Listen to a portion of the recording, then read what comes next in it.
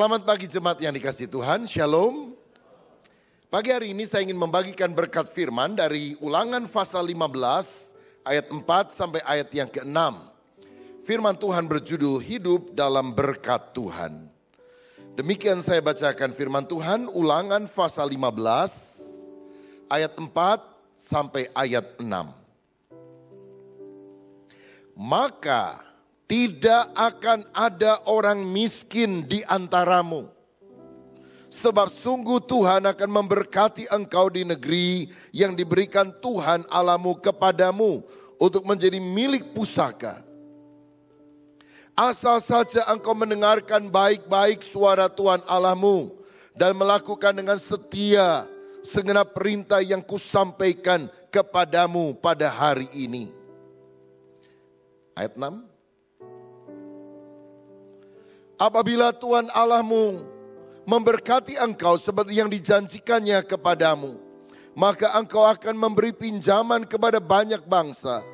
Tetapi engkau sendiri tidak akan meminta pinjaman, engkau akan menguasai banyak bangsa, tetapi mereka tidak akan menguasaimu. Amin. Alkitab berkata, tidak akan ada orang yang miskin di antaramu. Tidak akan ada orang yang berkekurangan di antaramu. Siapa yang percaya ini adalah firman Tuhan? Kalau Tuhan janji, dia pasti akan menepati. Ketika kita taat kepada perintahnya, Tuhan bilang, aku akan mencukupkan segala kebutuhanmu. Engkau akan naik, tidak akan turun. Engkau menjadi kepala, engkau tidak akan jadi ekor. Engkau tidak akan kekurangan. Aku akan mencukupi engkau. Saudara-saudara, janji Tuhan ini diberikan bagi kita yang mau taat kepada perintahnya. Alkitab berkata pencuri datang hanya untuk mencuri, membunuh dan membinasakan. Tapi Yesus datang supaya domba-dombanya hidup dan hidup di dalam segala kelimpahan. Limpah itu bukan berarti punya rumah 5, mobil 10. Tapi limpah artinya merasa cukup dengan berkat Tuhan. Bersyukur untuk kasih karunia-Nya, bahkan bisa memberi, bisa memberkati orang-orang lain. Dan tahukah saudara, sejak kita percaya kepada Kristus, kita tidak lagi hidup di bawah kutuk, tetapi kita hidup di bawah berkat. Karena segala kutuk sudah ditanggung oleh Yesus di atas kayu salib Golgota. Dia yang kaya rela jadi miskin, supaya kita yang miskin jadi kaya. Amin. Dia yang sehat menjadi sakit, supaya kita yang sakit menjadi sehat, disembuhkan oleh kuasanya. Tidak ada lagi orang yang hidup di bawah kutuk, tetapi kita semua hidup di bawah berkat. Tetapi bagaimanakah caranya supaya kita mengalami janji Allah yang luar biasa ini? Ada 3 hal yang saya mau bagikan. Yang pertama, kita harus mengutamakan Tuhan sumber berkat. Matius 6 ayat 33 berkata, tetapi carilah dahulu kerajaan Allah dan kebenarannya, maka semuanya itu akan ditambahkan kepadamu. Berkat Tuhanlah yang menjadikan kaya, susah payah tidak menambahinya. Saya yakin kalau Tuhan sudah tutup pintu berkat, saudara boleh berusaha banting tulang peras keringat, engkau tidak bisa membukanya. Tapi kalau Tuhan sudah buka pintu berkat, orang berusaha menutup, tetap berkat akan dilimpahkan bagi anak-anaknya yang percaya.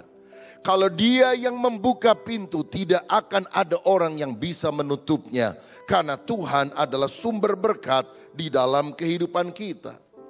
Nah, sebetulnya kelimpahan itu diawali dengan sikap hati yang benar. Sikap hati yang mengutamakan Tuhan sebagai sumber berkat dalam kehidupan kita. Dalam surat 3 Yohanes 1 ayat 2 dikatakan demikian. Saudaraku yang kekasih, aku berdoa semoga engkau baik-baik dan sehat-sehat saja dalam segala sesuatu. Sama seperti jiwamu baik-baik saja.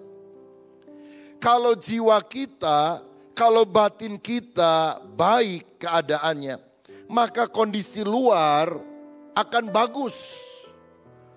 Kesehatan akan bagus, kelimpahan berkat akan ada, tapi semua berasal dari hati. Karena Tuhan selalu bekerja from inside out, dari dalam keluar. Saudara, sikap hati semacam apakah yang harus kita miliki? Yang pertama, kita harus menyadari semua adalah anugerah Tuhan. Jangan kalau kita sudah berhasil, sudah bisa bangun rumah bagus, pabrik besar, usaha maju, kita bilang gini-gini hasil keringat saya sendiri. Padahal kalau bukan Tuhan yang kasih kita keringat, kita juga kan gak bisa keringetan. Semuanya bersumber dari Dia. Kita kuat, kita sehat, anugerah Tuhan, saudara-saudara. Karena itu kita tidak boleh sombong, semua adalah anugerah Tuhan semata. Saya ingat ada seorang pengusaha real estate, jualan rumah-rumah dan dia kaya raya. Yang di atas kantor pemasarannya dia pasang delman. Sampai orang-orang tanya kenapa pasang delman. Lalu dia bilang, saya ini memang dulu orang miskin. Saya bahkan pernah jadi kusir delman, size delman. Tetapi kemudian Tuhan mengangkat saya sampai sekarang saya jadi pengusaha sukses. Nah, sebagai manusia kan kita kadang-kadang suka lupa diri, suka rasa diri hebat. Jadi kalau saya lagi jalan nengadah ke atas, rasanya sombong begitu. Tiba-tiba saya lihat itu delman dan delman itu seperti berkhotbah kepada saya. Ingat dari mana kamu dulu berasal. Kusir delman, mau jadi kusir delman lagi? Oh enggak Tuhan, sorry. Maka saya menundukkan kepala dan hati saya. Dan itu sebabnya anugerah Allah selalu melimpah. Kedua, kita harus meyakini bahwa Tuhan akan memenuhi segala keperluan kita. Filipi 4:19 berkata, Allahku akan memenuhi segala keperluanmu menurut kekayaan dan kemuliaannya di dalam Yesus Kristus. Segala itu berapa banyak? Semua. Berapa persen? 100%. Percayakah saudara segala keperluanmu, segala kebutuhanmu akan disediakan oleh Tuhan? Amin. Mungkin saudara bilang, tapi mana gaji saya nggak naik-naik? Mana mobil masih tetap yang itu, rumah juga nggak gede-gede. Kita bilang yang dicukupkan segala keperluan saudara, bukan segala keinginan saudara. Kalau keperluan itu biasanya sedikit, kebutuhan sandang, pangan, papan, hal-hal yang simple. Keinginannya itu loh yang tidak simple. Kebutuhan sedikit, keinginan yang lebih besar dari seluruh dunia. Pak, buat apa kerja? Mencari sesuap nasi dan segenggam berlian. No, sesuap nasi itu keperluan, segenggam berlian itu keinginan. Tuhan, saya pengen punya helikopter. Malaikat tanya, parkirnya di mana? Parkir mobil aja susah, rumah di dalam gang, mau punya helikopter. Nah, itu keinginan, bukan keperluan. Tuhan bilang kalau itu keperluan, kebutuhan kita, Dia jamin, Dia siapkan yang terbaik bagi kita anak-anaknya. Tidak akan ada orang miskin di antara kamu. Karena aku akan mencukupkan segala yang kau perlukan. Nah karena itu yang ketiga, sikap hati yang benar adalah mencukupkan diri dalam segala hal. Tidak serakah. Hidup itu nikmat kalau kita tahu mengucap syukur untuk berkat Tuhan. Kalau kita rasa iri lihat orang lain kok lebih diberkati, disitulah awal dari ketidakbahagiaan dalam hidup kita. Merasa cukup dengan berkat Tuhan, tidak serakah, bahkan bisa memberi kepada orang lain. Itulah ciri orang yang kaya. Berapa sih gaji yang cukup di Tasikmalaya? 3 juta cukup? Wah gak cukup. 5 juta? Wah gak cukup. 10 juta? Wah gak cukup. Berapa jumlah nominal yang saudara bilang kalau jumlahnya segitu saya cukup? Ya kalau saya dapat 50 juta cukup lah. Begitu saudara dapat 50 juta sebulan, pasti doanya ganti. Tuhan 50 memang gede, tapi 100 lebih gede dari 50. Jadi dasarnya manusia itu serakah, saudara. Ada seorang anak kecil, nangis di depan pintu gerbang sekolah. Ada seorang bapak yang lagi naik motor mau jemput anaknya. Lihat anak ini nangis, dia juga gak kenal anak siapa. Lalu tanya, nah kenapa kamu nangis? Tadi pagi mama kasih saya uang 10.000, cuma tadi saya lari-lari, mungkin uangnya jatuh hilang. Jadi sekarang saya mau jajan, saya gak bisa jajan. Si bapak itu kasihan, dia bilang udahlah jangan nangis nih, bapak kasih ya 10.000, udah jajan. Wih seneng dia. Tapi gak lama dia nangis lagi. Loh kenapa nangis lagi nak? Kan udah dapat 10.000. Iya tapi kalau uang saya gak hilang, saya 20.000 uangnya. Nah itu serakah itu saudara sekalian. Tidak belajar mencukupkan diri dengan apa yang ada.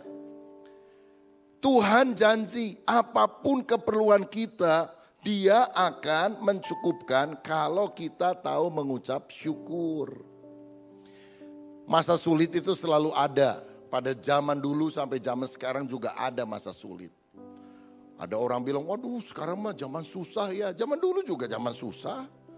Waktu Abraham hidup ada kelaparan. Waktu anaknya hidup Ishak ada kelaparan. Beda loh kelaparan zaman Abraham sama zaman Ishak. Waktu Elia hidup ada kelaparan. Waktu Elisa hidup ada kelaparan. Waktu zaman Alkitab Perjanjian Baru, Nabi Agabus menubuatkan akan ada kelaparan di Yerusalem. Dan terjadi. Waktu zaman Bung Karno, apa semuanya seneng? Enggak juga, orang makan bulgur. Terus pernah ada zaman dipotong tuh, berapa? 10.000 ya, jadi 1 perak. Saudara sekalian, nah sekarang ini kan mau ada supaya hitungannya gampang, begitu 1.000 jadi 1 gitu ya, dipotong nolnya 3. Supaya lebih gampang lah nyebutnya. Tapi banyak protes gak jadi-jadi kan pada zaman Pak SBY. Karena mereka protes nanti kepulauan 1.000 menjadi kepulauan 1. Pasar 1.000 menjadi pasar 1. Jadi banyak protes saudara sekalian. Jadi zaman susah juga dari dulu ada. Zaman Pak Harto emang enak semuanya. Kan suka ada tuh di belakang truk tulisan, piye to kabare, enakan zamanku to katanya. Zaman dulu juga ada, waktu Pak Harto memerintah kesulitan juga ada. Sampai istilahnya kan krismon, krisis moneter, lama-lama jadi kristal, krisis total. Lama-lama jadi krisdayanti, krisis daya sampai mati. Itu juga susah kan zaman dulu saudara sekalian. Tapi lihat sampai zaman sekarang, setiap zaman ada kesusahannya masing-masing. Sampai hari ini kita tetap dipelihara Tuhan. Sampai hari ini kita masih tetap hidup, amin. Coba bilang kiri kanan, masih hidup, puji Tuhan.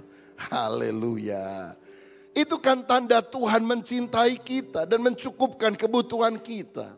Sikap hati keempat, miliki gaya hidup memberi, tidak kikir. Amsal 11 ayat 24-25 berkata demikian. Amsal 11 ayat 24-25, tolong munculkan ayatnya. Ada yang menyebar harta tetapi bertambah kaya, ada yang menghemat secara luar biasa namun selalu berkekurangan. Siapa banyak memberi berkat diberi kelimpahan, siapa memberi minum ia sendiri akan diberi minum. Guru TK ngajarin kita hemat pangkal kaya. Tuhan bilang hemat jadi miskin, memberi jadi kaya. Percaya mana saudara sekalian? Mana yang lebih logis? Mana yang lebih masuk akal? Firman Tuhan atau guru TK? Yang lebih logis, masuk akal. Guru TK. Hemat pangkal kaya, logis, masuk akal. Firman Tuhan, memberi pangkal kaya, tidak masuk akal. Ya toh? Tapi kalau saudara mau ikuti guru TK, imanmu iman TK, saudara. Tuhan itu bilang ketika engkau memberi, aku kan sumber berkat. Kamu punya hati yang seperti hatiku, generous, murah hati. Aku limpahi engkau dengan berkat. Karena Tuhan mau kita bukan jadi penimbun berkat, tapi jadi penyalur berkat. Ada berkat disalurkan, ada berkat disalurkan. Tidak mampet. Kalau saudara ke Israel, ada 2 tempat yang penting di sana. Yang pertama namanya Laut Mati, yang kedua Danau Galilea. Laut Mati itu seperti namanya, nggak ada kehidupan di sana. Karena apa? Dia mendapatkan saluran air dari Sungai Yordan. Tapi karena dia tempat terendah di dunia, 400 meter kira-kira di bawah permukaan laut, maka dia terima mampet, nggak bisa disalurkan ke yang lain. Jadi namanya Laut Mati. Tapi kalau Danau Galilea juga dialiri oleh Sungai Yordan yang sama. Dia terima air, dia salurkan. Sehingga Sungai Yordan, sehingga Danau Tiberias itu subur, makmur, banyak orang-orang pergi ke sana. Pohon-pohonnya juga banyak, ikan petrus kita bisa makan di situ. Karena apa? Dia terima, beri, terima, beri. Kalau Laut Mati, terima, terima, mati. Saudara mau jadi orang Kristen yang berkelimpahan, jadi seperti Danau Galilea, bukan seperti Laut Mati. Kita juga kalau diberi sesuatu oleh orang, kita bilangnya apa? Ngomongnya gimana kalau udah terima sesuatu dari orang?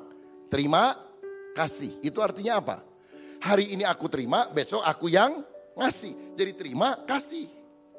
Kalau saudara mau terima terus, jangan bilang terima kasih. Terima, terima. Terima-terima gitu ya. Besok aku terima, besok lagi aku juga terima. Tuhan mau kita kan ada keseimbangan dalam kehidupan ini. Miliki gaya hidup memberi, tidak kikir. Saudara tahu dalam dekade terakhir ini, orang terkaya di dunia adalah Bill Gates dari Amerika Serikat. Dia yang pencipta software Microsoft dan sebagainya, Windows ya. Tetapi beberapa tahun yang lampau, manusia terkaya di dunia bukan Bill Gates, tapi Warren Buffett. Seorang pialang saham terkemuka di Amerika Serikat. Kenapa kok Warren Buffett beberapa tahun lalu bisa mengalahkan kekayaan daripada Bill Gates? Karena tahun sebelumnya Warren Buffett itu memberi sumbangan untuk kemanusiaan yang jumlahnya kalau dikuruskan 300 triliun rupiah. Untuk pendidikan anak-anak miskin, untuk kesehatan, terutama untuk anak-anak kecil di negara di dunia ketiga, di negara miskin atau yang sedang berkembang. Dan pada waktu dia memberi sumbangan 300 triliun itu, tahun berikutnya sahamnya naik semuanya. Sehingga kekayaannya melampaui kekayaan daripada Bill Gates. Luar biasa loh saudara. Ini bukan cuma di dunia gereja nih, di dunia sekuler, di dunia umum. Orang yang menabur bukannya tambah miskin, kok malah diberkati Tuhan. Tahun berikutnya sih tetap Bill Gates orang terkaya lagi. Cuma setahun, cuma sekali-kalinya tuh. Satu tahun di mana Bill Gates kalah sama orang lain yaitu Warren Buffett. Karena Warren Buffett nyumbang 300 triliun. Gak masuk akal kan? Tapi prinsip firman Tuhan digenapkan. Karena itu mari kita belajar memiliki gaya hidup memberi. Dan kalau kita memberi kita tidak boleh menyombongkan dada saya lebih hebat. Enggak saudara. Kita bisa memberi juga karena kebaikan Tuhan. Ada orang ngomong gini, di dunia orang kaya kelihatannya berjasa kepada orang miskin. Karena dia yang memberi kepada orang miskin. Tapi nanti di sorga kita akan sadar. Orang miskin itulah yang sebetulnya berjasa kepada orang kaya. Karena gara-gara orang kaya memberi kepada orang miskin, orang kaya yang beriman kepada Kristus menyimpan hartanya di sorga. Nah saudara, kalau kita bisa memberi itu adalah anugerah. Dan kalau kita sudah bisa memberi, kita juga tidak boleh menepuk dada. Kan sekarang ada orang saudara, puji Tuhan di Tasik gak ada, di Jakarta di tempat lain. Kalau udah nyumbang gereja mau ngatur gereja saudara. Padahal sumbangannya belum seberapa, baru nyumbang berapa juta, berapa ratus juta. Oke lah nyumbang 1M, 2M, masih kalah sama Warren Buffett, 300 triliun. 300 triliun dia juga gak ngatur-ngatur, dia serahin aja semuanya. Sama satu lembaga, silahkan diatur yang baik saja. Wah luar biasa, ini prinsip firman. Ketika kita mengutamakan Tuhan, punya sikap hati yang benar, yang sadar bahwa semua bersumber dari Dia. Kita yakin Tuhan akan cukupkan kebutuhan kita. Kita sendiri harus mencukupi diri, tidak boleh serakah. Dan punya gaya hidup memberi, tidak kikir. Gaya hidup sedemikianlah yang membuat kita bisa dipercaya untuk perkara-perkara besar yang dari Tuhan. Nah yang kedua saudara, apa yang membuat berkat itu mengalir dalam hidup kita? Kita harus bekerja dengan giat. Ada dua faktor agar kita diberkati Tuhan. Faktor Allah dan faktor manusia. Ungkapan bahasa Latin berkata ora et labora, berdoa dan bekerja. Agustinus seorang tokoh gereja berkata berdoalah seperti segalanya bergantung kepada Allah. Dan bekerjalah seperti segalanya bergantung kepada Anda. Kalau kita berdoa kita harus sungguh-sungguh minta pertolongan Tuhan. Sebab kita sadar tanpa Dia semuanya sia-sia. Tapi kalau kita bekerja, kita harus bekerja dengan sekuat tenaga karena kita tahu Tuhan sudah memberikan potensi talenta untuk kita kembangkan dalam kehidupan ini. Nah karena itulah dua hal ini kita harus lakukan, berdoa dan bekerja. Kenapa kita harus berdoa? Karena kalau bukan Tuhan membangun rumah, sia-sialah usaha orang membangunnya. Jikalau bukan Tuhan mengawal kota, sia-sia pengawal berjaga-jaga. Tapi kalau Tuhan sudah memberkati, kita lagi tidur pun berkat akan dikirimkan mengejar-ngejar kita. Tetapi yang kedua kita harus bekerja saudara. 2 Timotius 3 berkata, barang siapa tidak bekerja janganlah ia makan. Jadi bagaimana caranya kita bekerja? Yang pertama kita harus bekerja dengan rajin, dengan tekun. Amsal 13 ayat 4 berkata demikian, hati si pemalas penuh keinginan tetapi sia-sia, sedangkan hati orang rajin diberi kelimpahan. Aduh, saya mah ingin jadi orang berhasil, sukses. Hatinya sama, tapi apa yang menyebabkan ada yang sukses, ada yang tidak sukses? Alkitab bilang hati si pemalas penuh keinginan tapi sia-sia. Sedangkan hati orang rajin diberi kelimpahan. Sama-sama ingin sukses, sama-sama ingin maju. Tapi yang pertama gak sukses-sukses karena apa? Males. Yang kedua sukses karena apa? Rajin. Jadi faktor pembedanya itu bukan sekedar keinginan hati. Dan semua orang juga pengen maju. Semua orang juga pengen diberkati. Tapi apakah kita mewujudkan keinginan hati dalam sikap rajin bekerja? Amsal 13 ayat 11. Harta yang diperoleh, yang cepat diperoleh akan berkurang. Tetapi siapa mengumpulkan sedikit demi sedikit menjadi kaya. Orang yang diberkati itu tekun, ulet, ngereyeh begitu saudara. Sedikit demi sedikit lama-lama menjadi bukit. Kalau orang mentalitasnya mau cepat kaya, suka bangkrut aja tuh. Spekulasi, kadang-kadang main judi lagi saudara sekalian. Mana ada orang kaya gara-gara judi. Tapi kalau kita setahap demi setahap, lama-lama kita menjadi kaya. Rajin, tekun, ada usaha yang kita lakukan. Ada anak muda datang sama pendeta, Pak Pendeta tolong doain saya ya supaya dapat kerjaan bagus. Oke, saya mau doain. Ngomong-ngomong kamu lulusan apa? Sarjana? Oh bukan Pak, cuma SMA. Oke, SMA gak apa-apa, bisa tetap sukses. Tapi kamu juga punya keterampilan tertentu kan? Pernah les komputer? Enggak Pak. Tapi ngetik bisa toh? 11 jari Pak, 10 jari mah gak bisa. 11 jari juga pakai jempol. Bahasa Inggris bisa? Enggak. Bahasa Mandarin? Enggak juga. Bisanya bahasa apa tuh? Bahasa Sunda Pak. Oh. Kalau nyetir mobil bisa? Belum belajar Pak, takut nabrak.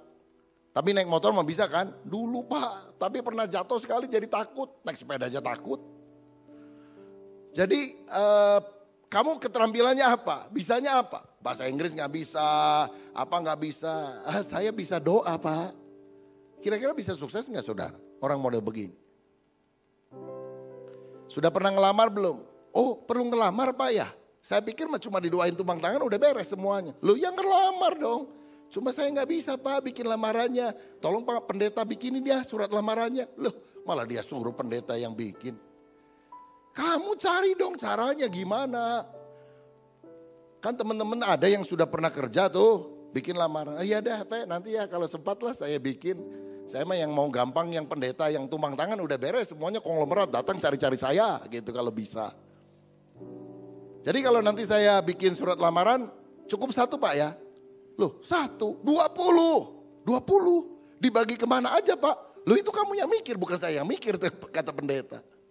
Ini banyak orang gak maju-maju karena di dalam hatinya gak ada motivasi untuk maju. Jadi karyawan. Gitu aja hidupnya. Gak ada keinginan untuk rajin, tekun, berjuang, naik. Tinggal doanya aja Tuhan supaya bos saya tiap bulan kalau boleh menaikkan gaji saya. Lah mana ada saudara sekalian. Bias bosnya anak Tuhan juga ya tetap kan ada aturan yang berlaku. Apalagi kalau orang ini males. Datang ke kantor punya penyakit asma asal mengisi absen. Datang ke kantor punya penyakit kudis kurang disiplin. Punya penyakit lain TBC tidak bisa komputer. Punya penyakit lain ginjal gaji ingin naik tapi kerja lamban. Kalau di tempat kerja cuma pakai jurus 5 ngo. Yang pertama ngoran baca koran. Yang kedua ngopi. Yang ketiga ngocok kartu. Yang keempat ngobrol. Yang keempat di kantor ngorok. Lah mana bisa maju saudara sekalian. Kan semuanya juga harus ada bagian yang kita lakukan. Tuhan memberkati benar. Tapi kan kita juga harus melakukan bagian kita. Bekerja dengan rajin. Kedua, kita harus bekerja dengan jujur. Orang jujur diberkati. Mari kita lihat ayatnya, Yesaya 33 ayat 15 dan ayat 16. Orang yang hidup dalam kebenaran, yang berbicara dengan jujur, yang menolak untung hasil pemerasan, yang mengebaskan tangannya supaya jangan menerima suap, yang menutup telinganya supaya jangan mendengarkan rencana penumpahan darah, yang menutup matanya supaya jangan melihat kejahatan. 16. Dialah seperti orang yang tinggal aman di tempat-tempat tinggi. Bentengnya ialah kubu di atas bukit batu, rotinya disediakan, air minumnya terjamin. Orang yang jujur tinggalnya di tempat tinggi, naik terus. Tuhan akan membentengi, memproteksi dia dari segala niat orang jahat. Rotinya disediakan, air minumnya dijamin. Ada kecukupan, bahkan kelimpahan bagi orang jujur. Amin saudara. Kita kan selalu mikir jujur, mujur atau hancur. Hancur, lebur. Tapi kebenaran firman Tuhan tetap.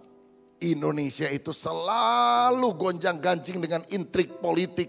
Termasuk hari-hari ini di koran, di media massa. Ketua DPR, saudara-saudara, diduga. Belum tentu salah, diduga. Tapi kan ujung-ujungnya sama aja ini. Masalah-masalah ketidakjujuran dan sebagainya. Dan kita akan prihatin. Ketua Mahkamah Konstitusi yang paling tinggi sudah ada di penjara. Pengacara paling hebat sudah ada di penjara. Ini Sumatera Utara juga, waduh, itu mah berjamaah saudara korupsinya. Dari gubernur, ketua DPR, macam-macam semuanya, masuk penjara semuanya. Ternyata Alkitab itu betul. Orang yang jujur naik ke tempat tinggi, dia tinggal aman. Berusaha dijatuhkan oleh orang, Tuhan memproteksi, melindungi. Jadi orang jujur itu susah. Katanya, kalau di Singapura itu ada 10 orang jujur, kalau ada 10 orang, 9 jujur, 1 gak jujur. Tapi kalau di Indonesia kita ketemu 10 orang nih, 1 jujur, 9 kagak jujur. Dan susah kan mau jujur di tengah lingkungan yang tidak jujur. Kalau di Tasik ada ketemu 10 orang, 9 tidak jujur, 1 yang jujur. Siapa yang jujur? Kita yang kebaktian di tempat ini, bukan? Haleluya, mudah-mudahan begitu ya. Pada akhirnya untuk long term, ternyata orang jujur itu yang akan kuat berdiri teguh. Karena dia punya hati dan hidup yang selaras dengan kebenaran firman. Nih saya kasih contoh nyata nih ya. Saya kenal baik seorang pengusaha di Jakarta. Satu kali ada teman bisnisnya ngajak dia kongsi supaya nambah dana cukup besar. Akhirnya mereka bisa kerjasama, joinan beberapa orang, begitu saudara. Perusahaan yang sudah jalan tapi kecil, sekarang skalanya menjadi skala nasional. Wah seneng kan? Lalu kemudian setelah mereka mulai jalan, satu kali kan ada rapat bersama. Dan yang baru masuk ini baru beberapa bulan tanya, ini kok ada bagian ini kita nggak lihat perhitungan yang pas gimana ya. Lalu dia bilang, oh gini Pak, saya udah jalanin kan kita banyak import barang-barang dari luar negeri. Dan semuanya masuk lewat bea cukai dan sebagainya. Semua kita bayar. Semua nggak ada masalah kan? Oh, iya oke. Yang ini nih, dia bilang. Nah yang ini Pak, saya memang dari dulu ambilnya itu dari luar negeri lewat black market. Nggak lewat pajak, bea cukai dan sebagainya, masuk pelabuhan tertentu, langsung masuk ke Jakarta, dibagikan ke tempat-tempat lain. Berarti kita nggak bayar pajak dong selama ini. Ya susah juga kan kalau mau jujur mah kapan untungnya, kapan kayanya kita, kapan beli pesawat jet gitu ya. Lalu kemudian ini teman-temannya mulai berunding karena kan mereka semua anak-anak Tuhan. Dia bilang, tapi gak bener nih cara gini. Masa kita minta doa, minta berkat sama Tuhan. Tapi kita datangkan barang-barang yang black market ini gak bayar pajak. Tapi tahu gak Pak? Tiap bulan kita datangkan sekian kontainer dari luar negeri. Dan selama ini udah jalan. Untungnya itu 250 juta. Hanya untuk hal ini, belum yang lain. Hanya untuk ini, 250 juta loh. Mau dibuang? Waduh, bergumul juga. Ya mau jujur mah jujur, tapi kalau 250 juta hilang mau gimana gitu. Tapi akhirnya mereka berunding. Dan akhirnya anak Tuhan bilang, saya kan ke gereja, saya pelayan Tuhan lah. Tapi masa bisnis model begini? Gak apa-apa deh, 250 juta, gak ini. Bener nih, rugi loh. Tuhan mah Tuhan, tapi kan mesti ada cuan juga. Bener katanya. Wah saudara, dia gak dapat untung dalam proyek itu. Hilang 250 juta, ada tambahan-tambahan lain, ada pemasukan lain. Tapi untuk bidang ini 250 juta hilang per bulan. Kalau kali 12 bulan per tahun berarti 3M loh saudara. Bukan main-main. Tapi ketika mulai jalan beberapa bulan, pemerintah Jokowi bikin aturan yang tidak pernah dibuat sejak Indonesia merdeka. Apa itu? Dia kan lihat banyak orang Indonesia itu suka beli barang-barang bermerek di luar negeri, terutama di Singapura. Karena di Singapura untuk barang branded harganya lebih murah daripada di Indonesia. Lalu akhirnya devisa Indonesia kan mengalir ke sana. Karena orang kan bukan cuma beli barang, kan mesti naik pesawat, mesti nginep, mesti makan. Dan mesti belanja lagi lah saudara. Dan belanjanya itu kan lebih besar.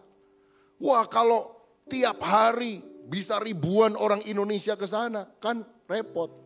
Saudara tahu, kan ada pesawat-pesawat.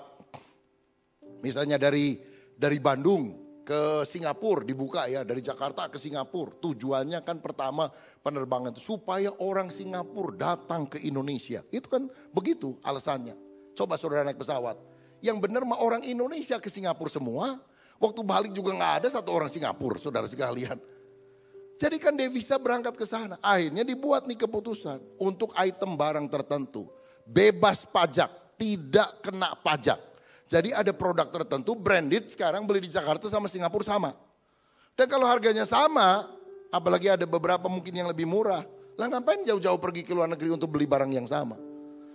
Ternyata salah satu penghapusan pajak itu adalah produk yang pengusaha kenalan saya ini yang 250 juta dia dapat lewat black market itu selama ini. Dan sekarang dia hentikan, dia udah gak mau lagi. Dan dia rugi beberapa bulan gak dapat 250 juta. Sekarang dia datangkan lagi. Dan dia datangkan lewat jalur resmi karena memang sudah gak kena pajak kan. Dan dia mendapatkan keuntungan seperti biasa. Dia mendapatkan keuntungan, dia jujur berkenan kepada Tuhan. Bukankah Tuhan adalah Allah yang luar biasa. Dan ketika kita taat dia akan buka jalan dengan cara yang kita tidak duga. Bekerjalah dengan rajin, bekerjalah dengan jujur. Dan kemudian kita juga harus bekerja dengan hikmat. Not only working hard but working smart. Pengkhotbah 10 ayat 10 berkata demikian. Pengkhotbah 10 ayat yang ke-10. Jika besi menjadi tumpul dan tidak diasah maka orang harus memperbesar tenaga. Tetapi yang terpenting untuk berhasil adalah hikmat. Kita kerja keras memperbesar tenaga. Kalau nggak pakai otak, nggak akan berhasil kehidupan ini. Working smart. Cari peluang yang bagus. Supaya akhirnya kita bisa melihat kesempatan sebagai sebuah upaya kita untuk memperoleh keberhasilan. Misalnya nih ya, saudara suamimu punya pekerjaan. Tapi saudara punya side job yang kadang-kadang kerjain ini itu apa aja lah serabutan. Musim hujan kira-kira apa ya yang bisa bawa untung? Jual payung, jual jas hujan, bikin makanan yang anget-anget kayak sekoteng dan sebagainya. Itu lebih laku saudara sekalian. Nah jadi ada terobosan-terobosan baru yang kita lakukan. Saya ingat satu kali saya khotbah di Surabaya. Lalu saya dijemput oleh sepasang suami istri yang baru 2-3 tahun lah nikah. Masih muda saudara. Lalu sepanjang perjalanan saya ke gereja di mana saya akan melayani, saya tanya, kalian baru nikah berapa lama? Oh baru Pak 2-3 tahun kalau nggak salah. Lalu usaha apa, kerja apa? Oh kami makanan Pak. Oh makanan, bukan restoran? Oh bukan. Catering? Bukan. Lalu jadi apa maksudnya makanan itu? Kami jasa nganter-nganter makanan. Maksudnya? Gini, saya sama istri itu gak pinter masak. Dan kalau kita masak buka restoran belum tentu ada orang beli. Karena kami juga gak yakin bahwa makanan kami lebih enak dari orang lain. Tapi orang di Surabaya itu banyak yang suka makan Pak. Jadi gimana? Kesulitannya tidak semua restoran itu ada delivery service. Ada layanan antaran. Jadi orang mesti datang ke situ. Nah kadang-kadang kan macet, kadang-kadang waktu nggak ada, kadang-kadang hujan. Jadi saya menyediakan layanan antaran makanan. Karena Surabaya yang macet dan sebagainya. Oh, jadi apa yang kamu lakukan? Saya kasih itu bikin brosur. 100 lebih jenis masakan, makanan, kue dan sebagainya apa saja. Dan harganya persis dengan harga yang dijual di sana, persis. Kita nggak ambil untung, cuma ada margin keuntungan kan mesti antar jemput toh dan ada keuntungan. Nah itu yang kami terahkan. Dan kami Pak kasih juga daftar makanan-makanan enak di Bandung, di Makassar, di mana-mana aja. Di seluruh Indonesia ada bebek terkenal di Madura, kami jual di sini. Yang enak di Malang kami jual. Loh caranya gimana? Tiap hari saya harus pergi pagi-pagi sekali ke airport. Karena saya harus ambil barang-barang makanan-makanan dari seluruh Indonesia. Orang kadang pesen dari Ambon. Orang kadang pesen makanan yang ada di Bandung, di Jakarta, dimanapun. Dan kemudian kami jual di sini. Kami antar. Wah, saya baru dengar tuh saudara sekalian. Lalu waktu kamu mulai bisnis ini, banyak nggak? Wah, pertama susah Pak, di bawah 10. Tapi sekarang kira-kira 500 sampai 700 rumah tiap hari yang kami harus antar makanannya. Wah berarti kru kamu banyak dong? Iya. Wah kita beli sepeda motor, ada orang-orang kerja ngantar 500 sampai 700 masakan. Dan udah jelas masakannya disukai orang. Nggak ada resiko nggak laku karena memang orang kan sudah pesen saudara sekalian. Saya pikir pinter juga nih orang saudara. Ada rencana kerja di kantoran enggak? Wah enggak Pak, penghasilan saya mah jauh sama orang kantoran. Ya orang kantoran mah keren aja, wah di gedung bertingkat pakai dasi, kadang pakai jas di AC. Oh saya mah jualan ini. Wah enggak ada apa-apanya tuh yang gaji di kantoran. Itu working smart saudara sekalian. Selalu ada terobosan yang Tuhan mau kerjakan kalau kita sungguh-sungguh berharap kepada Dia. Karena itu berdoa minta hikmat dari Tuhan. Tuhan, apa yang harus saya lakukan untuk saya bisa memperoleh penghasilan yang baik? Bukan hanya dengan bekerja rajin, tapi juga bekerja dengan hikmat Tuhan. Jadi cara pertama supaya kita memperoleh berkat Tuhan atau hidup di dalam berkat-Nya. Pertama, utamakanlah Tuhan sumber berkat. Dan yang kedua, kita harus bekerja dengan giat. Dan yang terakhir, yang ketiga, kita harus mengelola berkat dengan baik. Kita harus sadar bahwa Allah adalah pemilik atau owner, kita hanyalah pengelola atau manajer. Jadi kita harus mengelola berkat Tuhan dengan baik. Dengan demikian kita harus mengatur keuangan, jangan diatur oleh uang. Caranya bagaimana? Pertama, jangan boros. Pemasukan harus lebih besar daripada pengeluaran, jangan lebih besar pasak daripada tiang. Milikilah rencana anggaran pendapatan dan belanja keluarga. Masuknya sekian. Lalu kita sudah atur, ini buat A, ini buat B, ini buat C. Dan usahakan selalu ada bagian yang saudara bisa simpan untuk kebutuhan mendadak di kemudian hari. Jangan boros, waspadai rayuan iklan. Jangan gampang termakan iklan. Saya ini doa ya buat ibu-ibu terutama. Supaya saudara punya hati yang puas. Hanya dengan cara jalan-jalan, lihat-lihat di mall, di toko, tapi gak beli apa-apa. Saya mau doa untuk itu saudara sekalian. Ya boleh jalan dari pagi sampai sore, jalan di mall. Aduh halusnya. Waktu pulang ke rumah, suami tanya beli apa Mam? Gak beli apa-apa. Saya mah udah seneng cuma lihat-lihat doang. Wah itu luar biasa. Setuju bapak-bapak? Tuh, bapak-bapak juga mengamenkan saudara sekalian.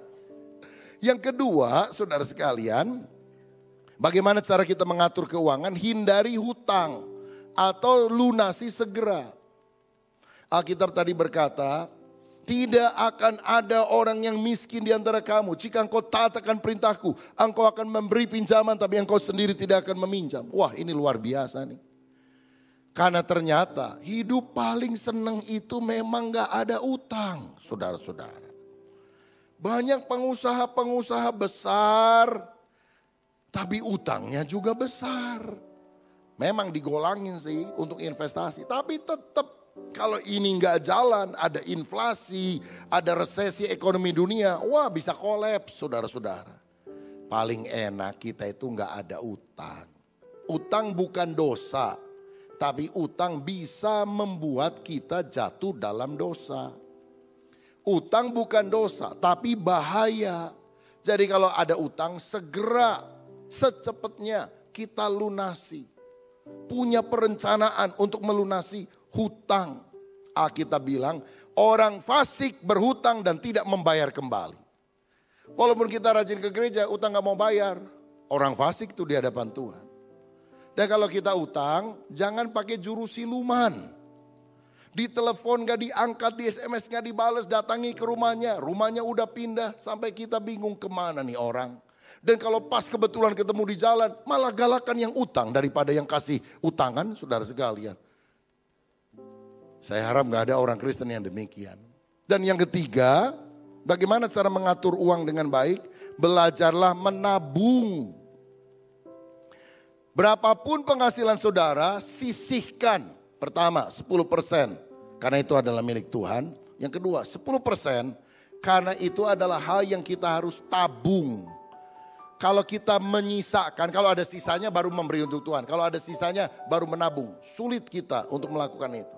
Harus disiplin diri. Bahwa kita hanya maksimal menggunakan 80% daripada pemasukan kita.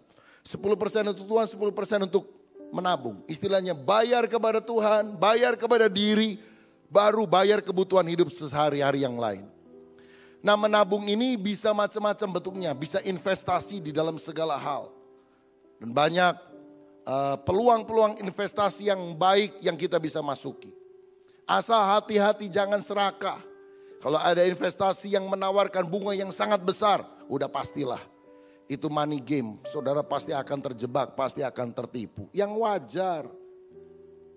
Ingat ini, kalau orang menawarkan keuntungan yang sangat besar, resikonya juga sangat besar. High profit, high risk. Ada orang, kalau bank itu kan kira-kira berapa? 1 tahun bunganya berapa? 8% lah. Atau 6-8%. Lalu ada teman kita ajak bisnis. Ini bisnis untung banget. Pasti untung, gak mungkin rugi. Kalau kamu tanam uang, nanti kita bagi hasil. Istilahnya bagi hasil. Dapat berapa? Minimal 10% setiap bulan. 10% kalau 12 bulan, 120%. Bank cuma 6%. Kita mulai mikir, wajar gak? High profit, high risk. Kadang-kadang saudara sekalian, anak Tuhan di gereja suka pada kongsian bisnis karena gak ada tertulis dengan jelas, hanya saling percaya. Manyata percayakah saya, kanti SD ngeges wawuh katanya. Itu ujung-ujungnya ribut saudara.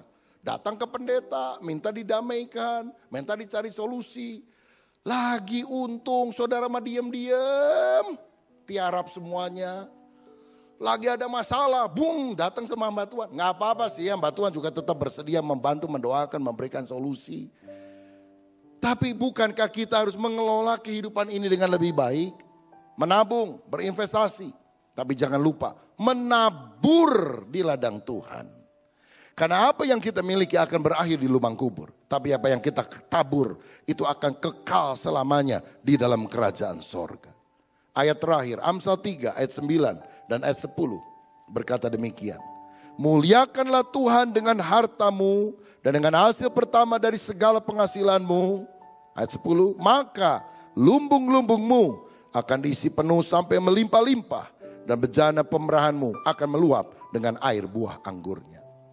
Kita bilang ketika kita menabur di ladang Tuhan, itu tingkap langit dibuka, berkat Tuhan dicurahkan dalam kehidupan kita. Saudara-saudara, ini prinsip iman. Kalau kita menabur di ladang Tuhan, Tuhan akan memberkati kita secara luar biasa. Nah, bagi orang yang tidak mengenal Tuhan atau orang Kristen yang pikirannya duniawi, mereka selalu bilang gini, bagaimana mungkin saya memberi bisa diberkati Tuhan? Kalau saya nabur, ngapain kasih-kasih uang ke gereja, ngasih-ngasih persembahan. Mendingan dipakai sendiri. Secara logika lebih masuk akal. Tapi Tuhan mengajar kita, siapa menabur, tingkap langit dibuka. Bejana pemerahan akan melimpah ruah dengan hasilnya. Dan kalau kita mau taat akan kebenaran firman, Tuhan itu sumbernya. Tuhan cuma lihat hati. Aku kok yang punya langit semua bumi, bahkan uang di dalam kantongmu, di dalam dompetmu kan aku punya. Aku mau buka keran, berkatnya luar biasa. Tapi aku lihat dulu, taat gak nih? Pelitnya luar biasa. Wah gak cocok. Tapi kalau dia bilang, aku mau memberi, aku mau menabur. Tuhan bilang cocok, aku berkati. Jadi boleh gak doa minta kaya? Boleh, tapi motivasinya gini. Tuhan bikin saya kaya supaya dengan harta yang engkau titipkan, aku menabur lebih banyak kepada banyak orang. Aku punya dampak lebih besar bagi banyak orang. Tuhan akan memberkati secara luar biasa. Ada orang saudara pengusaha, Tuhan berkati saya supaya usaha saya maju pesat. Karena saya punya komitmen. Saya mau bangun sebanyak mungkin gereja di desa-desa yang ada di Indonesia. Sampai hari ini Tuhan berkati terus. Kenapa? Dia dapat keuntungan. Dia bangun, tanam gereja-gereja di seluruh Indonesia. Jadi kalau saya ke pedalaman Sumatera, Kalimantan, Sulawesi, Papua, ada bangunan gereja kecil sih, tapi cukup asri, cukup bagus dibandingkan dengan lingkungan lainnya. Wah hebat nih. Kok bisa bangun gereja bagus begini, gimana di desa? Ada yang sumbang Pak. Pengusaha Jakarta, namanya siapa? Si Pak Anu disebutkan namanya. Itu di Sumatera. Waktu Kalimantan, siapa yang nyumbang? Pak Anu, namanya sama. Oh kebetulan nama sama lah, kan banyak orang nama sama. Tapi waktu di Sulawesi, nama itu juga disebut. Di Papua, nama itu juga disebut. Di NTT, nama itu juga disebut. Lama-lama saya pikir bukan namanya yang kebetulan sama. Memang orangnya sama. Dan saya satu kali kebetulan ketemu sama dia, saudara sekalian di Jakarta. Saya bilang, Pak, saya sering dengar nama Anda disebut-sebut. Dia jual sebuah produk, dipasarkan. Dan kalau saya sebut produknya, saudara mungkin tahu siapa, tahu produk tersebut. Tapi saya tidak perlu sebutkan lah. Jadi saya tanya, Pak, saya suka dengar nama Bapak loh Pak, didoakan hamba Tuhan. Dari Sabang sampai Merauke. Karena Bapak bangun-bangun gereja ya di mana-mana. Kasih persembahan untuk mereka bangun gereja. Ya Pak, saya sih kan gak bisa khotbah. Tugas saya saya jadi bendaharawannya Tuhan saja. Saya terima berkat, saya tahu hanya untuk ditabur supaya banyak gereja-gereja Indonesia didirikan. Saya percaya dia sedang menyimpan hartanya di dalam kerajaan sorga. Saudara, milikilah berkat bukan hanya di dunia, tapi milikilah berkat abadi yang bernilai kekal sampai di dalam kerajaan sorga. Tuhan Yesus memberkati kita semuanya. Amin. Mari kita bangkit berdiri, kita berdoa.